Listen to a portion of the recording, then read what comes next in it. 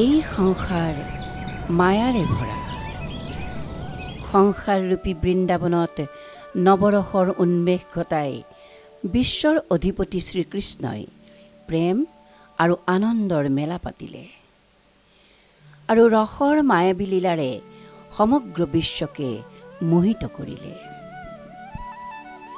বিশ্বব্ৰহ্মাণ্ডৰ মূল শক্তিৰ দ্বাৰা আকৰ্ষিত হৈ সূৰ্যৰ চাৰিওদিশে গ্ৰহ নক্ষত্ৰসমূহ ঘূৰাৰ দৰেই পৰমাত্মাৰূপী মহাশক্তি শ্ৰীকৃষ্ণৰ চাৰিওদিশে গোপীৰূপী জীৱাত্মাই ঘেৰি ঘেৰি নৃত্য কৰিব লাগিছে।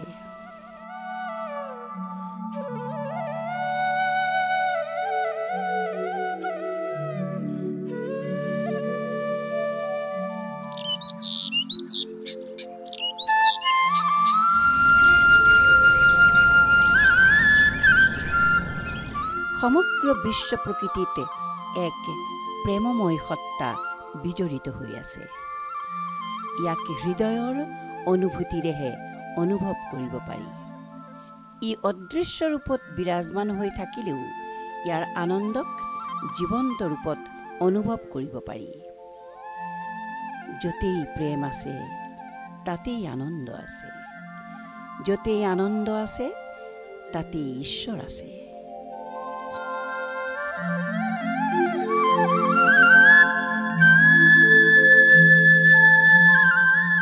শৰতৰ আকাশৰ পূৰ্ণিমাৰে ভৰা জোনাক, চৌদিশে নানা ৰঙী ফুলৰ সুবাসেৰে মৃদুমলয়াৰ লহৰ, সৌন্দৰ্যৰে ভৰি পৰা প্ৰকৃতি জগতৰ ৰূপ দেখি স্বয়ং শ্ৰীকৃষ্ণই ৰাসলীলা কৰিবৰ মনেৰে মুৰলীৰ ধ্বনিৰে গোপীসৱক আহ্বান জনালে।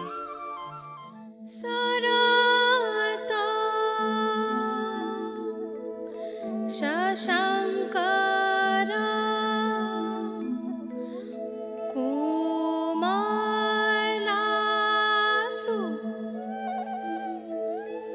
নিঃশ্বাসু স্বসত্তা সাহা গোপী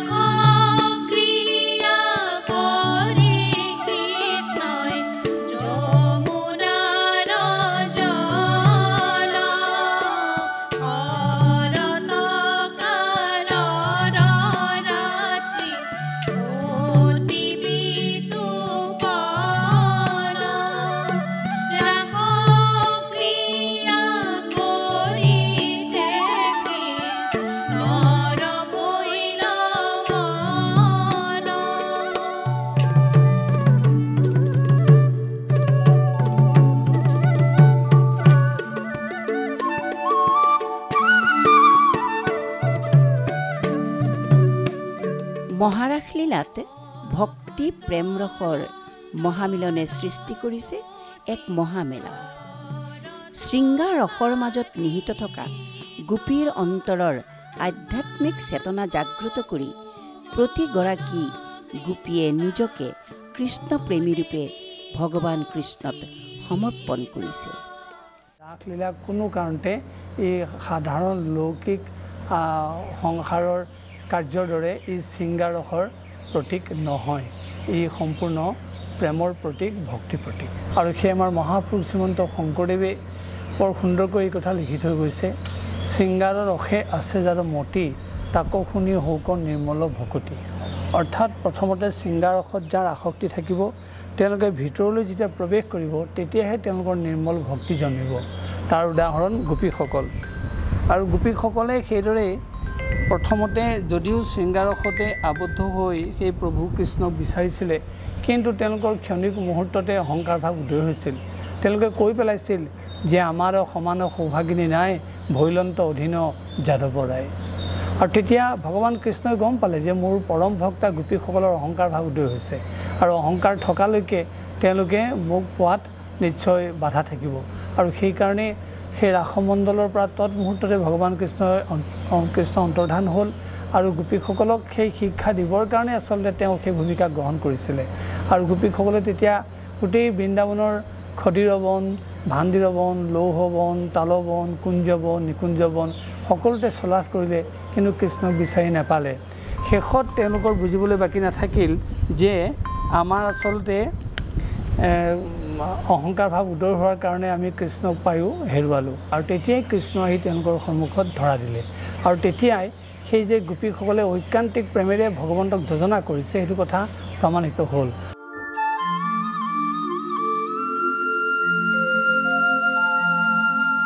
ৰাস শব্দ উচ্চাৰণ কৰাৰ লগতে আমাৰ মনত ভাৱ হয় ৰসৌ বৈশ ৰাস, ৰসময় কৃষ্ণদেৱৰ যি নৃত্য গীত তাকেই ৰাস বুলি কোৱা যায়।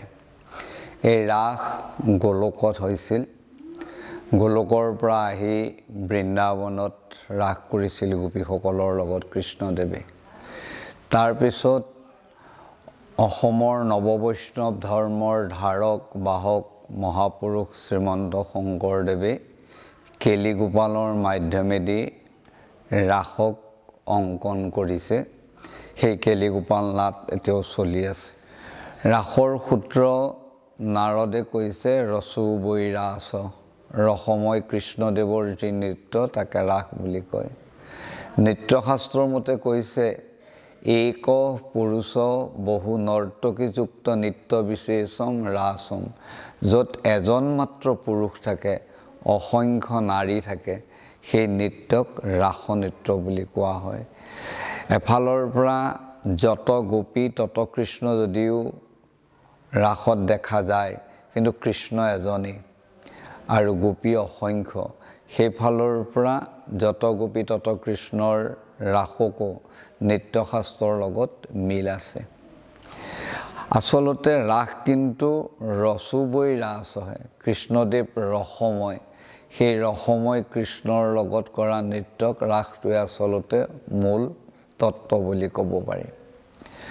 দ্বিতীয়তে আধ্যাত্মিক তত্ত্বই যদি দৰ্শন কৰা যায়, তেতিয়া এক আত্মা, আত্মা সমস্ততে এটা, আত্মাৰ দ্বিতীয় নাই।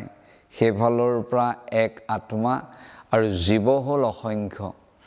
অসংখ্য জীৱৰূপী গোপীসকলৰ লগত আত্মাৰূপী কৃষ্ণৰ লগত যি ক্ৰিয়া কৰিছিল তাকেই ৰাস নৃত্য বুলি কোৱা যায়। বিশ্ব প্ৰকৃতিৰ প্ৰেমময় সত্তাৰ বক্ষধ্বনিৰ তালে তালে নৃত্যৰত সমস্ত প্ৰকৃতি জগত। নৈ নিজৰাৰ কুলু কুলু ধ্বনিৰে মহাসাগৰৰ বুকুত বিলীন হোৱাৰ হাবিয়াস, তৰু তৃণ গছ লতিকাৰ হালি জালি থকা ছন্দময় গতি, ফুল পখিলাৰ মিতিৰালি, প্ৰবাহিত শীতল মলয়াজাক, চৰাই চিৰিকটিৰ মিঠা মাত, নতুবা কোনো শিশুৰ মুখৰ অবুজ হাঁহি, এই সমস্তই ঈশ্বৰৰ এক মায়াভৰা ঐশ্বৰিক নৃত্যলীলা। ভগৱন্ত শ্ৰীকৃষ্ণৰ লীলা অপাৰ।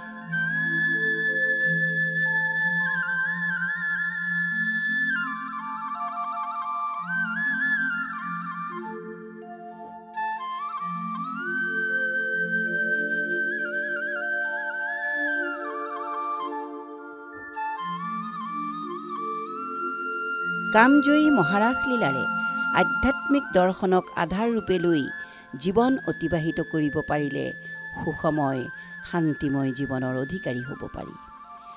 এনে চিন্তা দৰ্শনেৰে মহাপুৰুষ শ্ৰী শ্ৰী শংকৰদেৱে ৰচনা কৰা ৰাসলীলাৰ শৃংগাৰ ৰসৰ মাজত ভক্তি ৰসৰহে প্ৰাধান্যতা থকা দেখা যায়।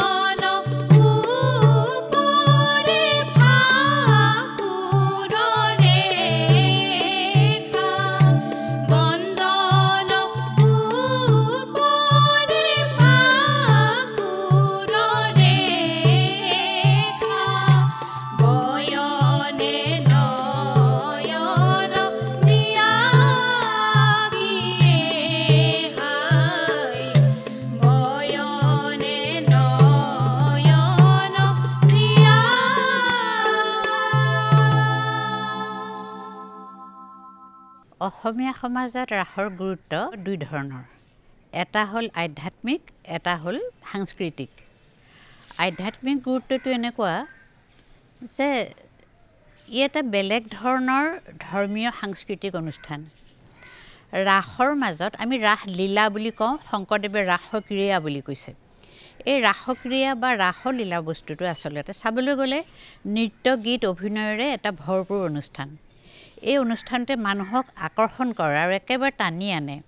আমাৰ দিনে দিনে ইয়াৰ জনপ্ৰিয়তা বাঢ়ি হৈ গৈছে আৰু যেতিয়া ক'ৰবাত ৰাস হয় মানুহ উবুৰি খাই পৰে নৃত্য, গীত, অভিনয় চাবলৈ। কিন্তু আমি ভাবি চাব লাগিব ই আমাক কি দিছে? অকল আনন্দ দিছে জানো? আচলতে ৰাসৰ মাজত এটা ডাঙৰ আধ্যাত্মিক তাৎপৰ্য আছে। আমাৰ ভাগৱতত আছে আৰু বেলেগ বেলেগ শাস্ত্ৰবিলাকত আমি ভাগৱত ভাৱাৰ্থ দীপিকাটো আছে যে ৰাসৰ মাজত এটা বৰ ডাঙৰ বস্তু আছে, ভক্তিৰ যিটো চৰম অৱস্থা। ভক্তি কেনেকুৱা হোৱা উচিত বুলি ক'লে আমাৰ কোৱা হৈছে যে যথা ব্ৰজ গোপিকা নাম। ব্ৰজ গোপিকাসকলৰ ভক্তি যেনেকুৱা আছিল আমাৰ ভক্তিও সেইটোও হ'ব লাগে। যে ভক্তি এনেকুৱা হ'ব লাগে যেতিয়া সেই ভক্তিয়ে লোকনিন্দালৈ ভয় নকৰে, নিজৰ প্ৰাণৰ আশংকালৈ ভয় নকৰে আৰু চক্ষু লজ্জালৈ ভয় নকৰে সৰ্বস্ব এৰি সকলো ত্যাগ কৰি ভগৱানক বিচৰাটোৱেই চৰম ভক্তি আমাক ৰাসলীলা অধ্যায়ে এইটো কথাকে সকীয়াই দিয়ে এতিয়া আমি যেতিয়া চাম আমাৰ ৰাসলীলাত এটা সাংস্কৃতিক দিশ আছেই তাৰ কাৰণে শংকৰদেৱে এনেকুৱা এটা ধুনীয়া পটভূমি তৈয়াৰ কৰি দিছে যে যমুনাৰ পাৰত আকৌ পূৰ্ণিমাৰ ৰাতি বগা জোনাকত বালিবোৰ জিলিকি আছে পদুম ফুলৰ গোন্ধেৰে বতাহ ভৰি আছে তেতিয়াই কৃষ্ণৰ লগত গোপীসকলৰ মিলন আমি কওঁতে বহুতে মুখেৰে ৰাধাকৃষ্ণৰ মিলন বুলি কওঁ কিন্তু শংকৰদেৱে এইটো কোৱা নাই শংকৰদেৱৰ সমগ্ৰ সাহিত্যত ৰাধা নামটো নাই আৰু এগৰাকী বিশেষ গোপীক কৃষ্ণই কান্ধত লৈ যোৱা কথা আছে কিন্তু এগৰাকী গোপী পিছত যেতিয়া লিপিকাৰে ক'ৰবাত লিপি কৰোঁতে হয়তো কেতিয়াবা ৰাধাৰ নামটো ভৰাইছে কিন্তু শংকৰদেৱে সেইটো কথা কোৱা নাই ভাগৱতত যি ৰাধা কৃষ্ণৰ বিশিষ্ট প্ৰেমিকা নহয় শংকৰদেৱে সেই ৰাধা গ্ৰহণ কৰা নাই কিন্তু বহুত ৰাসত আজিকালি ৰাধা শব্দটো লৈ আনন্দ কৰে এইটো এটা বংগীয় পৰম্পৰা এইটো অসমৰ বৈষ্ণৱ পৰম্পৰা নহয় প্ৰাচীন ভাৰতীয় পৰম্পৰা মতে ৰাসলীলাত পৰমাত্মা ভগৱান শ্ৰীকৃষ্ণক ৰাধা আৰু কৃষ্ণানুৰাগী গোপীৰ ভক্তি প্ৰেমৰ কাহিনীৰ বৰ্ণনা কৰা হয় ভাগৱতত অৱশ্যে ৰাধা চৰিত্ৰ দেখা পোৱা নাযায় যদিও কৃষ্ণ ভক্তৰূপী গোপীৰ চৰিত্ৰই মুখ্য আকৰ্ষণৰ বিষয় হৈ ধৰা দিছে ভগৱান ভক্তৰ অধীন এই কথাষাৰ ৰাসলীলাৰ মাজেদি প্ৰকট হৈ উঠিছে ৰাস এটি নৃত্য বিশেষ য'ত শ্ৰীকৃষ্ণক ঘেৰি ধৰি কৃষ্ণানুৰাগী গোপীগণে আনন্দেৰে নৃত্য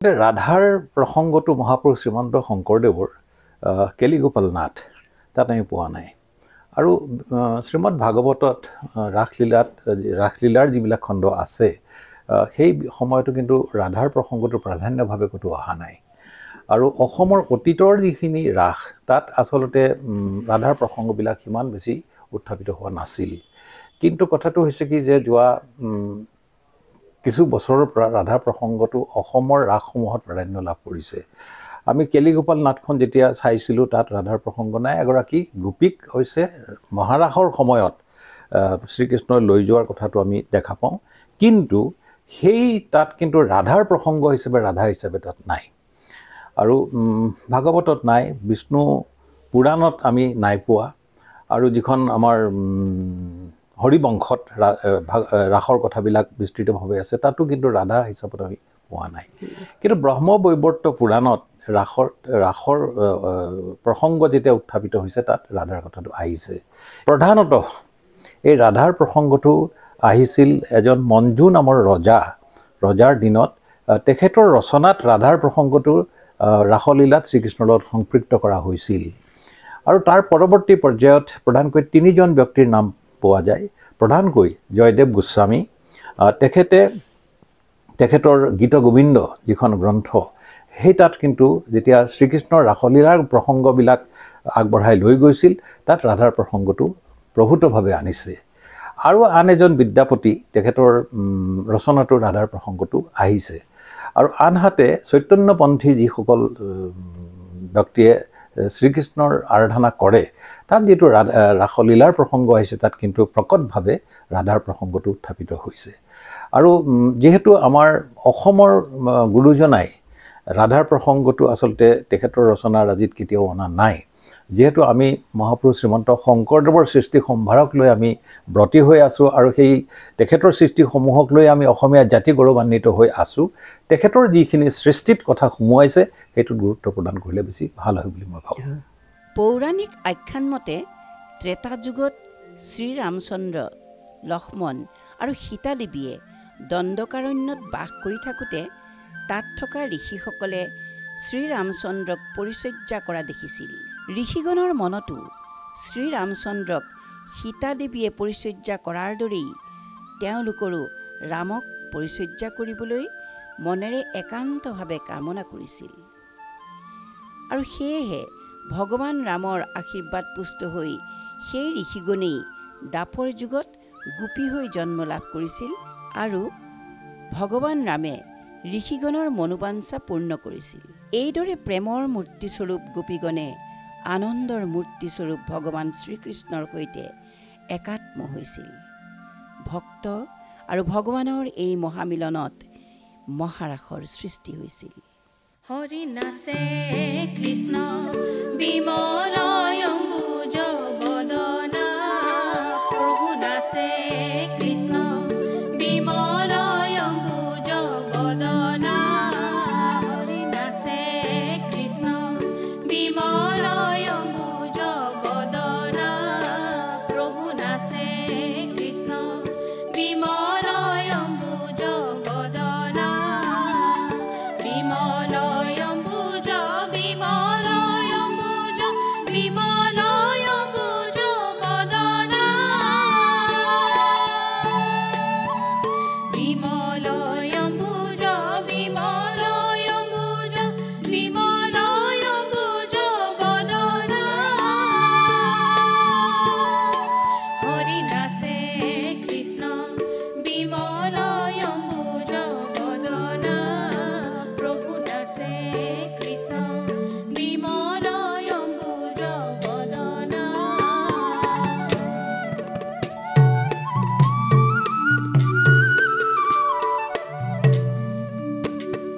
ৰতন আসন ৰতন ভূষণ তপত কাঞ্চন বদনা ৰতন আসন ৰতন ভূষণ তপত কাঞ্চন বদনা শিৰোৰে সুচাৰু সুচাৰু সুচাৰু সুচাৰু চম্পক নয়না শিৰো সুচাৰু সুচাৰু সুচাৰু সুচাৰু চম্পক নয়না হৰি নাচে কৃষ্ণ বিমল অম্বুজ বদনা প্ৰভু নাচে কৃষ্ণ বিমল অম্বুজ বদনা